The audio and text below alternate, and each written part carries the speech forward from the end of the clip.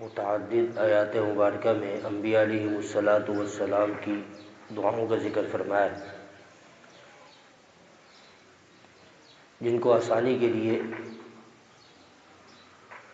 ربنا کا نام دیا ہے، یعنی وہ دعائیں جو انبیاء علیہم الصلاۃ والسلام نے اللہ تبارک و تعالیٰ سے مانگی، ان دعاؤں کو بھی یاد کرنا چاہیے۔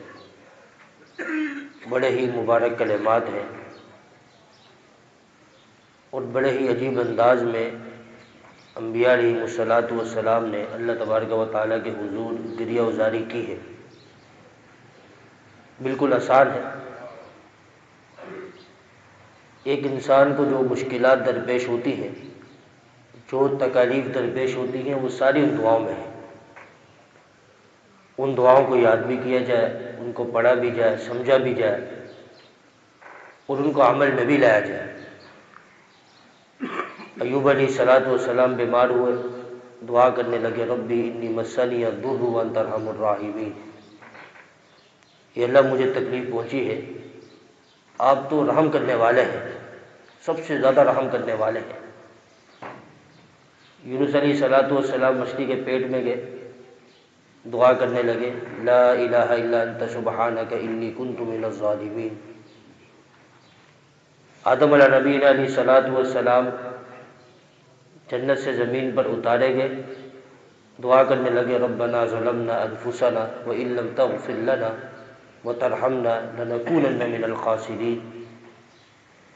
ابراہیم علیہ الصلاۃ والسلام دعا کرنے لگے، رب اجعلنی مقیم الصلاۃ ومن ذریتی ربنا وتقبل دعاء ربنا اغفر لی ولوالدی وللمؤمنین یوم یقوم الحساب۔ بیت اللہ کی تعمیر فرمائی، دعا کرنے لگے، ربنا تقبل منا انک انت السمیع العلیم ربنا وجعلنا مسلمین لک ومن ذریتنا امۃ مسلمۃ لک وارنا مناسکنا۔ اے اللہ ہمیں عبادت کے نئے نئے طریقے بھی بتا، یہ دعا مانگا، نئے نئے طریقے عبادت کے بتا، وتب علینا انک انت التواب الرحیم۔ مبارک کلمات ہیں، ان دعاؤں کو یاد کیا جائے۔ زکریا علیہ الصلاۃ والسلام کی اولاد نہیں تھی، دعا کرنے لگے، رب ہب لی من لدنک ذریۃ طیبہ انک سمیع الدعاء۔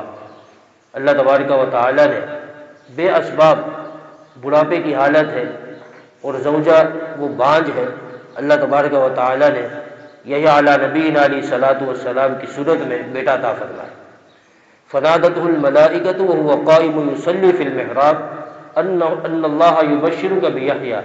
فرشتوں نے پکارا، زکریا علیہ الصلاۃ والسلام محراب میں کھڑے ہو کر نماز پڑھ رہے تھے کہ اللہ آپ کو خوشخبری دیتا ہے یحییٰ نام کے بیٹے کی۔ نام بھی تجویز کر دی، اللہ تبارک و تعالیٰ نے نام بھی تجویز فرما دی۔ اور ہوا کیا، بی بی مریم کے پاس بے موسم پھل دیکھے اور فرمانے لگے، یہ کہاں سے آیا؟ باہر سے کوئی اندر نہیں آیا، آپ باہر نہیں گئی، یہ بے موسم پھل، سردی کے پھل گرمی کے موسم میں آپ کے پاس، اور گرمی کے موسم میں سردی کے پھل آپ کے پاس، یہ کیسے ہو گیا؟ بی بی مریم نے فرمایا، ہوا من عند اللہ، یہ تو اللہ تبارک و تعالیٰ کی طرف سے ہے۔ بس انہوں نے سمجھ لیا، زکریا علیہ الصلاۃ والسلام سمجھ گئے اجابت کا وقت ہے، فوراً ہاتھ اٹھا لیے۔ بی بی مریم کی کرامت تھی، علماء نے لکھا ہے کہ جس جگہ کرامت کا ظہور ہوتا ہے وہاں دعا قبول ہوتی ہے۔ فوراً سمجھ گئے اجابت کا وقت ہے، دعا کے لیے ہاتھ اٹھا لیے، دعا کے لیے ہاتھ اٹھا لی۔ ہنالک دعا زکریا ربہ قال رب هب لي من لدنك ذریۃ طیبہ انک سمیع الدعاء۔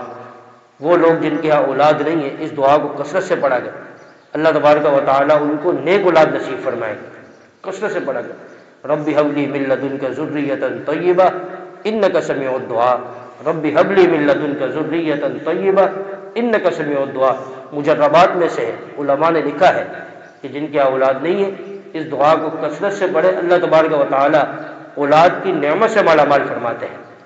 اور انبیاء علیہم الصلاۃ والسلام کی بہت زیادہ قیمتی دعائیں قرآن میں اللہ تبارک و تعالی نے نازل فرمائی ہیں، ہمیں تو نہیں پتا تھا لیکن اللہ نے نازل فرمائی۔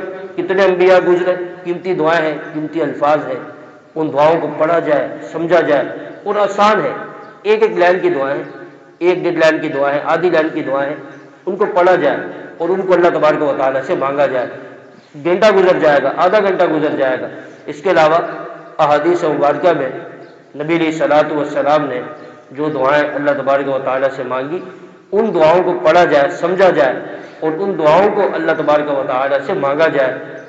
ایسی ایسی نعمتیں اللہ تبارک و تعالیٰ سے مانگی جو ہمارے وہم و گمان میں بھی نہیں آ سکتی۔ نبی علیہ الصلوۃ والسلام نے اللہ تبارک و تعالیٰ سے ایسی ایسی نعمتیں مانگی، ایسی ایسی تکالیف اور پریشانیوں سے پناہ طلب کی جو ہمارے وہم و گمان میں بھی نہیں آ سکتی۔ اگر ہم صرف ان دعاؤں کو پڑھ لیں، اللہ تبارک و تعالیٰ دنیا و ما فیہا اور آخرت کی ساری نعمتیں نصیب فرما دیں۔ اللہ تبارک و تعالیٰ عمل کی توفیق دے۔